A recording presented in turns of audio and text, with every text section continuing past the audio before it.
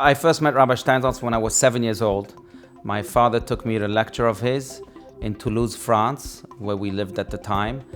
And after the lecture, I had a question for the rabbi, a question about the two Yuds of the name of Hashem.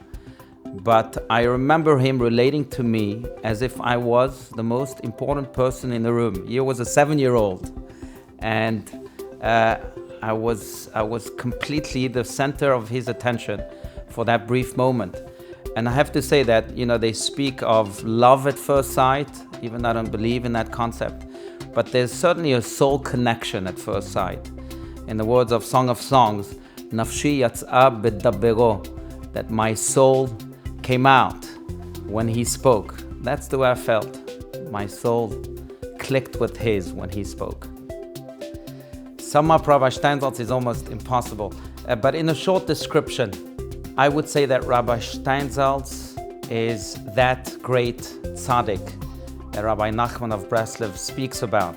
Rabbi Nachman of Breslev famously says that the small tzaddiks can relate to the small rashas, to the small, sinners. But the big tzaddiks can relate to the big sinners. Rabbi Steinsaltz is so big that he can really encompass every human being, every idea, every moment. So that's the way I relate to him on a general level. On a personal level, I think Rabbi Steinsaltz is that leader that truly understands you. He cares for you. He feels you. He senses your every pain, your every feeling. It's one thing to be a vast intellectual man, a genius of the highest order, as Newsweek famously called him. But it's another thing to be able to translate that genius to a very personal relationship. And that's the way he is to me, at least, almost like a father. The telling aspect of Rabbi Steinsaltz that clicks with me the most is this aspect of him being able to connect to my ruach. I know I'm a rabbi, but I'm going to try not to be too rabbinic. But when Moses had to pick the next leader for the Jewish people, God tells him that he should speak a person with ruach. And Rashi and other commentaries immediately point out that this is a leader that can connect to the ruach, to the spirit in each and every human being. Keneged rucho shel kol echad ve'echad. And in a way, I think that is exactly what speaks to me the most about Rabbi Steinsaltz, that he doesn't just connect to your mind. He doesn't just connect to your heart. He connects to your very essence, to your ruach. And that in a way is Rabbi Steinsaltz's greatness. Rabbi Steinsaltz relates to each of his students in a more general sense, like soldiers in his army.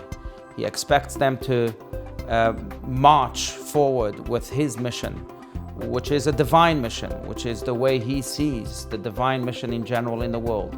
But we're his soldiers in his army, fulfilling his orders, which are God's. The impact of Rabbi Steinsaltz's Talmud is in many ways unseen, in many ways hidden. I've traveled with him around the world, and I will tell you that each and every time I'm amazed to see the people coming forward to Rabbi Steinsaltz saying, I learn with your Talmud. Your Talmud has opened a whole new window to my Jewish learning that I've never had before. And I dare say that those people would have never had before if not for Rabbi Steinsaltz. So you have many dormant lights that have been ignited through his Talmud, yet are not known. So his impact is so much more than what the eye can see. When Rabbi Steinsaltz wrote his Talmud and prepared his translation and his commentary, he had in mind the most assimilated Jew. And in a way, his Talmud reflects that. He did not just give learning to the Jewish people. He did not just give books to the Jewish people, but he gave the desire for learning to the Jewish people. He gave them a yearning to know. And that's why his phrase is indeed, let my people know.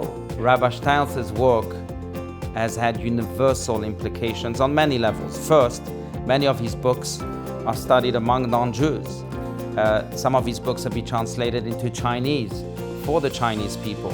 Some of his books have been incorporated into the curriculum of many universities around the world, like the Essential Talmud, for example. Recently, in Phoenix, I met with a pastor, and he approached me and he said to me, I hear you're Rabbi Steinsaltz's student. I said, yes, how do you know about Rabbi Steinsaltz? And he told me that he's been reading his 13 Petaled Rose book for many, many years. It was his 17th time going over the book. So you see, his impact reaches far beyond the Jewish community. A pastor in Phoenix, Arizona, has been deeply inspired by Rabbi Steinsaltz until today. Rabbi Steinsaltz's sense of humor plays a very, very important role in his connection with people. I think Rabbi Steinsaltz has an obsession to be able to connect to each and every individual as he or she is, not to try and impose his teaching or his thoughts on others, but rather to try and connect. And sometimes you need sense of humor to do that. You know, Mahatma Gandhi famously said that if he did not have a sense of humor, he would have long ago committed suicide. And in a way, Rabbi Steinsaltz, I think, believes that that sense of humor is so crucial to life itself. Otherwise, his work maybe would have committed suicide. Rabbi Steinsaltz's world knowledge is unusual. He's a walking encyclopedia in many, many ways. Rabbi Steinsaltz was coined the once in a millennium scholar, particularly for that reason. I think it's enormously important.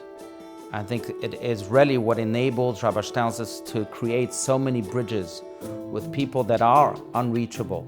Maybe unreachable because they choose to be unreachable, or maybe unreachable because their minds are too great. But Rabbi Steinsaltz, with this mind, with this exceptional mind, with this exceptional knowledge, is able to reach the unreachable.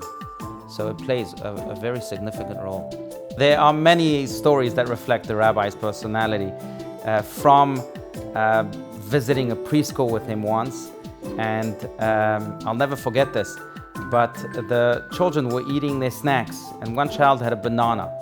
So Rabbi Steinsaltz took the banana peel of that child and started drawing a smiley face all over the peel, and he gave it to the child and he said, "You see, even from a peel you can make a smile."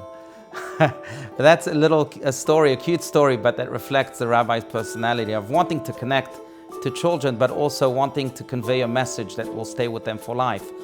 And then there are other stories. There's a personal advice that he once gave me when I was a teenager and struggling to make decisions in life. And he once called me aside and he said, "Pinny, do you know what the difference is between a wise man and a fool?" I said, "No." And he said, "Look, the fool makes the trivial important and the important trivial. The wise man makes the important important and the trivial trivial." That reflects, I think, Rabbi Steinsaltz's approach to life in general. The trivial is trivial. He also once told me that he never reads that which is written about him. And I asked him why. And he said, "Because if it's true, I already know it. If it's not true, then why read a lie?" And in a way, that's Rabbi Steinsaltz. He knows exactly what is important. He knows exactly what is trivial, and he knows exactly how to make the difference between the two. So I think Rabbi Steinsaltz's grand mission is to make everyone, every Jew and every human being move forward in his or her own spiritual journey. He famously said to me and to many others many times that if one person moves forward, is happy because a small change has been made. But if many people move forward, then the whole world shakes. And that's what he desires. Rabbi Steinsaltz's impact on my personal life is way too big to measure. He has influenced me in the small decisions of my life, and he has guided me in the big decisions of my life, including towards my current rabbinic post in Scottsdale, Arizona. But moreover, Rabbi Steinsaltz's inspiration, his message, his image is that which will continue to inspire me forever and ever. I must quote Joseph, who refrained himself from sinning with the wife of Potiphar, as famously described in the Torah. And Rashi and the Talmud point out that what really caused Joseph to stop from sinning was Dmut Diukano Shel Aviv. It was the image of his father that appeared to him at that moment, and that guided him in the right path. In a way, Rabbi Steinsaltz for me, is that Dmut Dikano Shel Aviv, that image that will continuously inspire me for the rest of my life.